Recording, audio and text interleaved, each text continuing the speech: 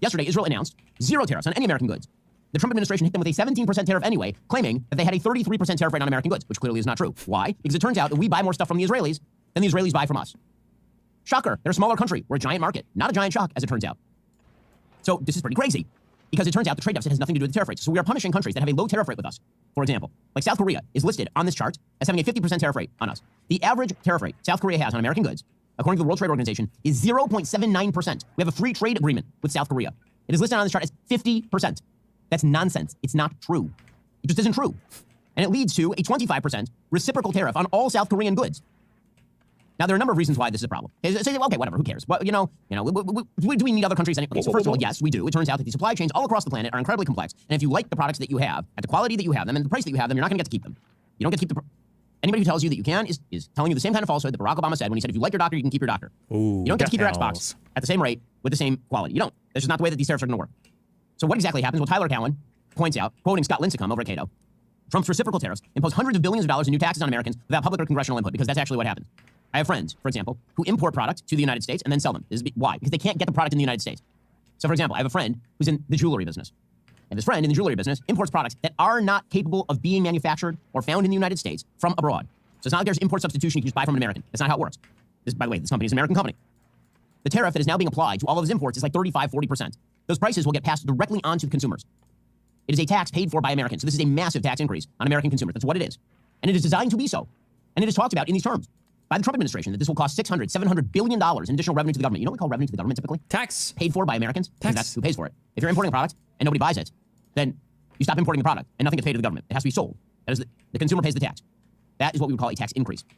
Okay, these secret calculations that are not so secret anymore because it turns out that actually they just have nothing to do with tariffs at all. True. Those calculations are nonsensical. This idea that President Trump is doing this based on legislation that suggests that there is a national emergency on the basis of trade deficits. No, the answer is no. This is in the purview of Congress. True. There's no national emergency. This is not a national emergency. Yes. Ben, come back to us. Ben. Oh my God. Does he watch my stream? Ben, please. I love you. Please come back to us. You're not an idiot. We know you're not an idiot. You have all these talking points. You know it. You know it. That justifies a unilateral tax increase of the size that the administration is attempting to levy down on the basis of a trade deficit. Because we buy more stuff from Madagascar than the Madagascars buy from us. That is not a good reason to declare a national emergency, because it ain't a national emergency any more than it's a national emergency that I buy more stuff from my public than they buy from me. By the way, there are already free trade commitments that are now being breached by the Trump administration. And we have free trade commitments, many countries that we are currently slamming with tariffs. Again, it's going to cost American consumers. It will cost American producers who use inputs from other countries. True. And inputs, most importantly of all, if this is supposed to somehow screw, for example, the Chinese, precisely the opposite is about to happen. Why? Because many of the countries that are about to get absolutely hammered are countries that exist in Southeast Asia. So if you want to know what the actual tariff rates are that these various Southeast Asian nations are charging the United States, the answer is not what President Trump is putting up there, which again is rooted in the trade deficits that we supposedly have with these various nations. If you want to know the answer, I did. So I asked my friends at Perplexity, sponsors of the show, what are the actual effective tariff rates Southeast Asian nations have against American goods? Not the Trump statistic, which is rooted in trade deficits. Also, please make a chart correlating the trade deficit or surplus those countries have with the United States with their GDP per capita. So, according to... Oh, he's using AI. Is that what Perplexity is, I'm guessing? Perplexity? The actual effective tariff rates imposed by Southeast Asian nations on American goods vary significantly across countries. The figures cited by the Trump administration appear to be exaggerated and based on trade deficits rather than real tariff structures. According to the WTO, Vietnam's average most favored nation tariff rate is approximately 9.4%. Now remember, according to the Trump statistic, the average tariff rate that's being charged by Vietnam, the effective tariff rate, is 90%. So 10 times what the actual tariff rate is what the Trump administration is claiming. Asian nations like Indonesia, Malaysia impose average MFN rates, most favored nation rates, of 7.5% and 5.6%, respectively. Those numbers are far lower than the inflated numbers presented by the Trump administration. Now, as to trade deficits that we have with these various countries, the answer is because they're poor. They generate cheap product, like in Vietnam, your t-shirt's probably made in Vietnam, and they have no money. So we run a $95 billion trade deficit with Vietnam. Their GDP per capita is $4,200. $4,200. Okay? So what are we going to do? Chisel that out of them? Precisely, that $95 billion trade deficit, because we want to buy their t-shirts? Same thing with, say, the Philippines. We have a $5 billion trade deficit with the Philippines, and the GDP per capita in the Philippines is $3,700. Meanwhile, Singapore, right, which Singapore is getting hit with a 10% tariff, by the way, for no reason, because we actually have a trade surplus with Singapore. They have a $10 billion trade deficit with the United States. How can Singapore afford that? I mean, aren't we just screwing them? Obviously, according to this logic, we're screwing them. If they have a trade deficit with us, must be that we're jobbing them in some way. The reason that they can have a trade deficit with us is because, wait for it, their GDP per capita is $72,000.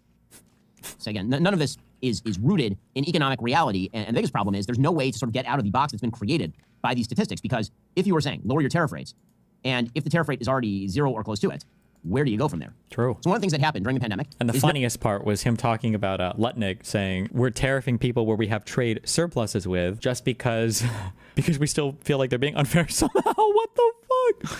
Knowing that the Chinese were bad actors, many producers started shifting their supply chains out of China and into other nearby countries, like, for example, Vietnam, believing the United States would punish China but not Vietnam.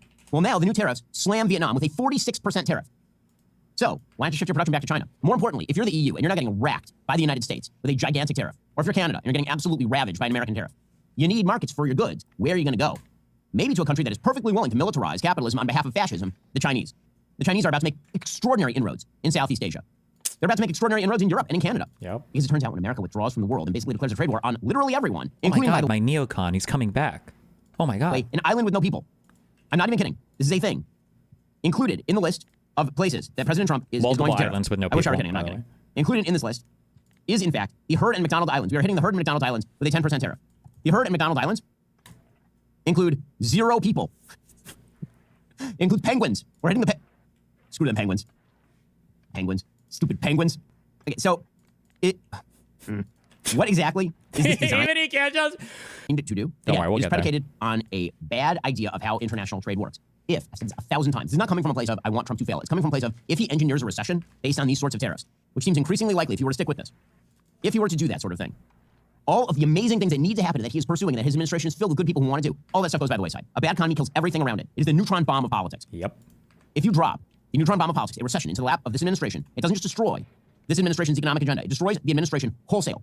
That is what happens in American politics. Oof. But the big problem, Benny boy, the big problem is, first of all, you can't destroy Trump's presidency, okay? Because he's already the president. What, are they going to impeach him? What it really is hurting is your future conservative ideals and your Republican Party. But Trump doesn't give a fuck about that. He doesn't give a fuck about either of those things. Recessions destroy administrations. And by the way, everyone close to them, all the tech bros, get destroyed. All the business people get destroyed.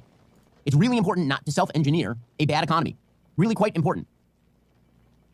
It is frustrating at the very least, because this has not been well justified by literally anyone, including members of the Trump administration. JP Morgan put out its forecast, quote, on a static basis, today's announcement would raise just under $400 billion in revenue. Why you couldn't make a structured video like this in the studio? I'm a live streamer, bro. Okay, I live stream. That's where I excel. Fuck prepared content and fuck structured content. About 1.3% of GDP, which would be the largest tax increase since the Revenue Act of 1968. We estimate that today's announced measures could boost PCE prices by 1 to 1.5% this year. We believe the inflationary effect would be mostly realized in the middle quarters of the year. So, in other words, inflation will start ticking up again fairly significantly. The resulting hit to purchasing power could take real disposable personal income growth in both the second and third quarters into negative territory. And with it, the risk that real consumer spending could also contract in those quarters. This impact alone could take the economy perilously close to slipping into recession. That's before anyone else tries to punish us for punishing them.